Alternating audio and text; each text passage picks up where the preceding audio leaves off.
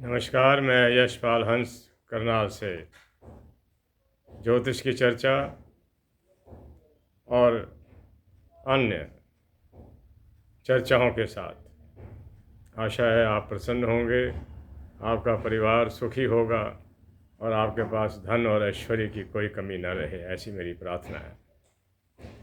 आज मैं राहु पर चर्चा करने जा रहा हूँ। हमारे 9 ग्रहों में से 2 ग्रह नहीं हैं। ये छाया ग्रह हैं, राहु और केतु, और दोनों ही दानव ग्रह माने गए हैं, शुभ नहीं है। अगर किसी को राहु की दशा चल जाए, महादशा, उस व्यक्ति में कुछ न कुछ लड़खड़ाहट आएगी ज़रूर, टल नहीं सकती। चाहे किसी भी प्रकार से आए, उसकी विद्या अगर वो पढ़ रहा है तो उसकी विद्या पर चोट लग सकती है। अगर वो धन का अर्जन कर रहा है तो धन पर चोट लग सकती है, या किसी भी प्रकार का कोई ना कोई नया विकराल रूप खड़ा होगा। ऐसा मैंने अपने जीवन में भी अनुभव किया। मुझे भी तो राहु की दशा लगी होगी ना कभी।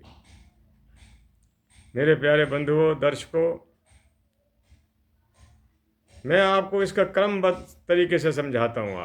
आप इसी को याद रखना, और ये पक्की बातें हैं जो महाराज पराशर ने, भृगु जी महाराज ने, और उसके बाद अन्य आने वाले विद्वानों ने और वैज्ञानिकों ने, जो ज्योतिष के वैज्ञानिक थे, उन्होंने लिखी।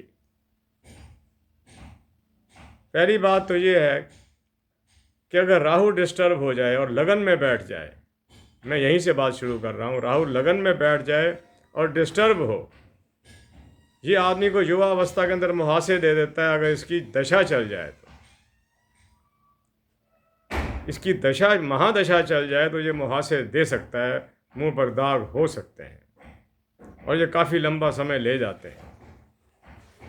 मेरे प्यारे दर्शकों, साथियों, श्रोताओं, दूसरे घर में राहु का बैठना, दूसरा घर हमारे खाने से संबंधित है, हमारे बोलने से संबंधित है। अगर खाना और बोलना दोनों ही राहु के हाथ में चले गए और कोई शुभ ग्रह वहाँ नहीं बैठा, शुक्र बैठ जाए तो और भी काम खराब है, बृहस्पति बैठ जाए तो भी इसको चंडाल योग तक कह दिया गया है। ऐसे व्यक्ति बासा खाना खा लेना या ऐसी बात बोल देना जो दूसरे के हृदय को छेदती चली जाए, कर देते हैं, दूसरे घर में अगर राहु हो। मेरे प्यारे बंधुओं, तीसरे घर के राहु को शुभ माना गया है।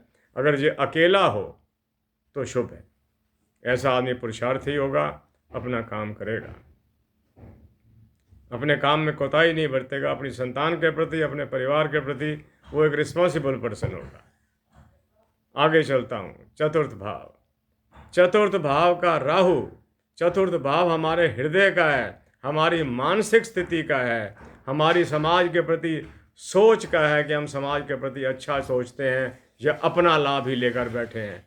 आप खुद कल्पना कर लीजिए, राहु जैसा प्लैनेट चौथे भाव में बैठ जाए तो ये वही करेगा जिसे समाज पसंद नहीं करता। पैसों की लालसा, पैसों के लिए कुछ भी कर सकना, ऐसा शास्त्रों में कहा गया, मैं नहीं कह रहा, देखने में ज़रूर आया।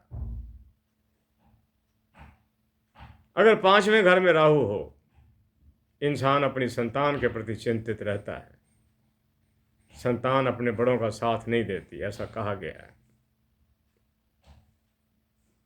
ये भी तो एक बहुत बड़ा एक सेटबैक है व्यक्ति को, कि संतान जिसे पैदा किया, जिसके जन्म पर ढोल ढमाके बजाए गए, बहुत कुछ मिठाइयाँ बांटी गई, वही संतान सामने खड़ी हो गई आज। अगर कोई ग्रह इसके साथ बृहस्पति जैसा भी बैठ जाए, क्योंकि बृहस्पति राहु इकट्ठे बैठे नहीं, चंडाल योग बना नहीं। छठे घर में राहु ठीक है। छठे घर के अंदर राहु व्यक्ति को शत्रु दमन की शक्ति देता है। मुझे आशा है आप मेरी बातों को सुन भी रहे होंगे, समझ भी रहे होंगे। मैं धीरे बोलने की कोशिश भी करता हूँ कई बार। 7वें घर में बैठा हुआ राहु, अगर उस पर कहीं शनि की दृष्टि भी पड़ जाए, चाहे वो 5वें घर से दृष्टि पड़े, लगन से पड़े या दशम भाव से पड़े, विवाह के बाद बड़ी बाधाएं खड़ी करता है। कहीं उसकी दशा भी चली पड़ी हो, शनि की या राहु की महादशा हो, ये 2-2.5 साल बड़े बुरे गुजरते हैं। राहु के बारे में कौन अच्छा कहे? नहीं कह सकते। अगर राहु अष्टम भाव में बैठ जाए, उस व्यक्ति को पेट की इंटेस्टाइनल प्रॉब्लम्स रहेंगी ही रहेंगी, क्योंकि 8वां भाव है ही इंटेस्टाइन्स के प्रति। कई लोगों को आपने देखा होगा कि बवासीर की तकलीफ हो जाती है, फिशर्स हो जाते हैं, मगंदर हो जाता है। उसका यही दोनों ग्रह कारण है, राहु और केतु। केतु होगा तो पक्की बात समझना। 9वें भाव का राहु कहीं कहीं अच्छाइयां भी तो दे जाता है।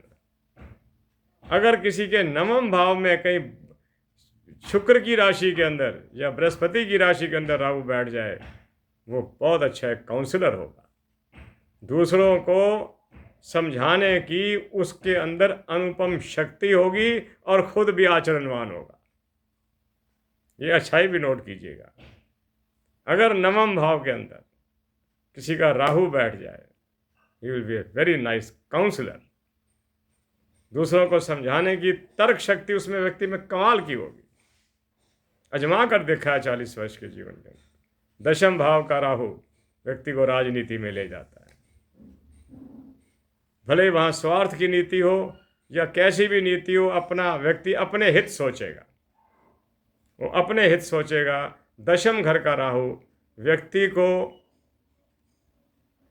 मित्रता नहीं, समय पास करने की ज़्यादा प्रेरणा देता है। टाइम पास कर। मित्रता तो बड़ी प्रगाढ़ चीज़ है ना। जहाँ हृदय हृदय से मिल जाता है, वहाँ ये चीज़ पैदा ही नहीं होगी, क्योंकि ये एक राक्षस का कटा हुआ केवल सिर मात्र है, धड़ मात्र तो केतु है। समझाने की कोशिश की गई है, ऐसा होगा या नहीं होगा मुझे पता नहीं, कि वो व्यक्ति को सेल्फ सेंटर्ड करता है, वो अपनी सोचता है। यहाँ पर मानिकचंद जैन जी ने तो लिख दिया कि वो दूसरों को नमस्ते करने में भी गुरेज करता है। 11वें घर का राहु सीधी उसकी दृष्टि पुरुषार्थ स्थान पर जाती है। 11वें घर में वैसे भी कोई ग्रह बैठ जाए बुरा नहीं होता, ठीक है। 12वें घर का राहु, लिख लीजिए मेरी बात मेरे बंधुओं। 8 मिनट होने को हैं, मैं अपना वीडियो समाप्त करने जा रहा हूँ। अंतिम बात लिख लीजिएगा, 12वें घर में बैठा हुआ राहु, इसके बारे में महाराज पराशर ने स्पष्ट लिखा है कि विवाह के बाद ऐसे व्यक्ति के शयन कक्ष में अपने लाइफ पार्टनर के साथ प्रतिदिन झगड़े होते हैं।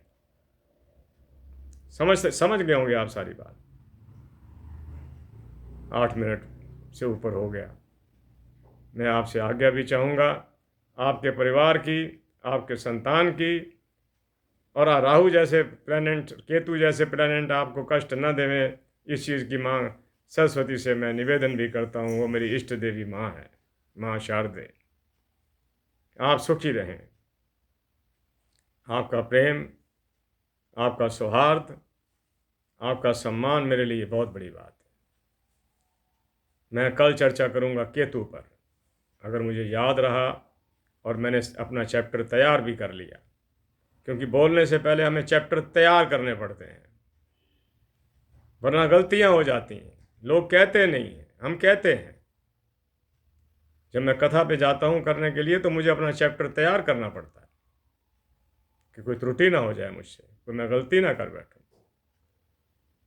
तो मैं आपके परिवार की कामना, कल्याण की कामना, आपके पास धन हो। धन हम कह देते हैं जी पैसे का क्या है जी, हाथ की मैल है। भाई नहीं, हाथ की मैल भले ही है, लेकिन जीवन की सबसे बड़ी ज़रूरत है ये, इसके बिना नहीं चलता कुछ। इतना लंबा जीवन मैंने गुजारा अपना, उसमें धन की तो प्रधानता थी। भाई ठीक है, रोटी के पैसे हैं, कपड़े के पैसे हैं, काम चल रहा है। ना होता तो हम पता नहीं कैसा जीवन गुजार रहे होते। तो मैं सबके लिए कामना करता हूँ कि आप धन और ऐश्वर्य के स्वामी बने। आपके घर में सबसे बड़ी बात शांति का वातावरण, लड़ाइयाँ ना पड़ी हुई हों, घर के झगड़ों की आवाज़ें सड़कों पर ना गई पड़ी। राहु अपना काम ना करे, वरना राहु का काम ही यही है कि कोई ना कोई दुख क्रिएट करना। मेरे बंधुओं, मैं कल केतु पर चर्चा करूंगा और इसके साथ साथ कुछ शनि पर भी करने की चर्चा करूंगा। आज मैं यशपाल हंस आपसे आज्ञा चाहता हूं। जय जगत, जय भारत, नमस्कार।